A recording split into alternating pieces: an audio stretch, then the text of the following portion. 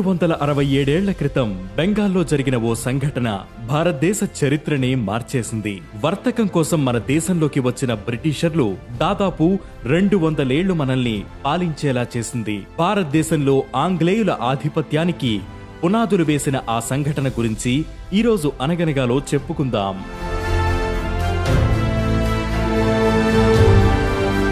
1757కు ముందు కూడా మన దేశంలో బ్రిటిషర్లు ఉన్నారు. కానీ వాళ్ల ఫోకస్ అంతా వ్యాపారంపైనే. మన దగ్గర ఉన్న సహజ సంపదతో డబ్బు సంపాదించుకోవడం వరకే. మొఘల్ చక్రవర్తి ఔరంగజేబ్ మరణం తర్వాత మొఘల్ సామ్రాజ్యం బలహీనపడింది. క్రీస్తు శకం 1717లో బెంగాల్ సుబేదారు ముర్షీద్ కులీ ఖాన్ ఢిల్లీ రాజకీయాలకు దూరంగా ఉంటూ ముర్షిదాబాద్ను రాజధానిగా చేసుకుని బెంగాల్ను స్వాతంత్ర రాజ్యంగా పరిపాలించడం ప్రారంభించాడు. ఆ తర్వాత వచ్చిన అలీవర్దీ ఖాన్ కూడా అదే కొనసాగించాడు.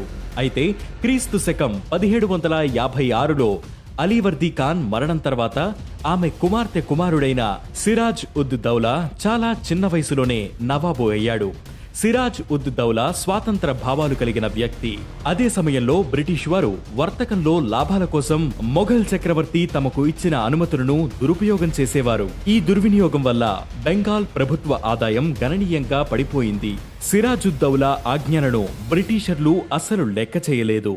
దాన్ని అవమానకరంగా బెంగాల్ సార్వభౌమాధికారంపై దాడిగా భావించిన కలకత్తా సమీపంలోని కాసిం బజార్లో ఉన్న ఈస్ట్ ఇండియా కంపెనీ ఫ్యాక్టరీని ఆక్రమించుకున్నాడు. అక్కడి నుంచి కలకత్తాలో ఉన్న కంపెనీ కోటను ఆక్రమించుకోవడానికి ప్రయత్నం చేశాడు. పరిమిత సంఖ్యలో ఉన్న కంపెనీ సైన్యం సిరాజ్ ధాటికి తలవంచింది.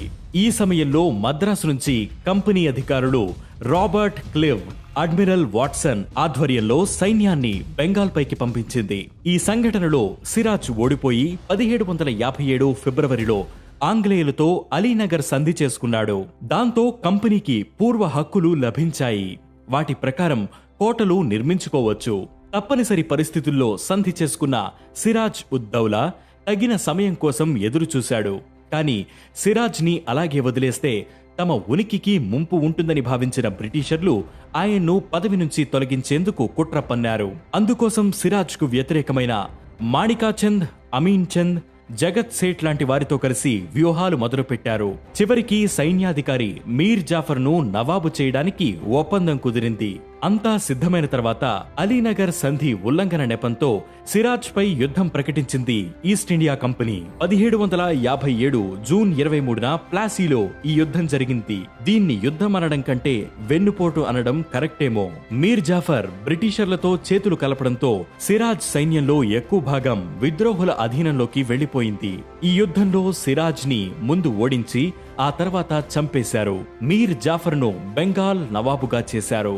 దీనికి కృతజ్ఞతగా జాఫర్ బెంగాల్లోని 24 పరగణాలను కంపెనీకి దానం చేశాడు. మీర్ జాఫర్ కంపెనీ చేతిలో కీలుబొమ్మలా మారాడు. బ్రిటిషర్లు బెంగాల్కు తెర వెనక పాలకులయ్యారు. బెంగాల్ సంపద ఇంగ్లాండ్కు తరలిపోయింది. ఈ యుద్ధం తర్వాత స్వదేశీ రాజులు బ్రిటిషర్ల సైనిక బలం చూసి వాళ్లకు ఎదురు తిరగకూడదని భావించారు. అదే అదునుగా చేసుకున్న ఆంగ్లేయులు 1857 నాటికి మొత్తం భారత ఉపఖండం ప్రత్యక్షంగా పరోక్షంగా తమ ఏలుబడిలోకి తెచ్చుకున్నారు.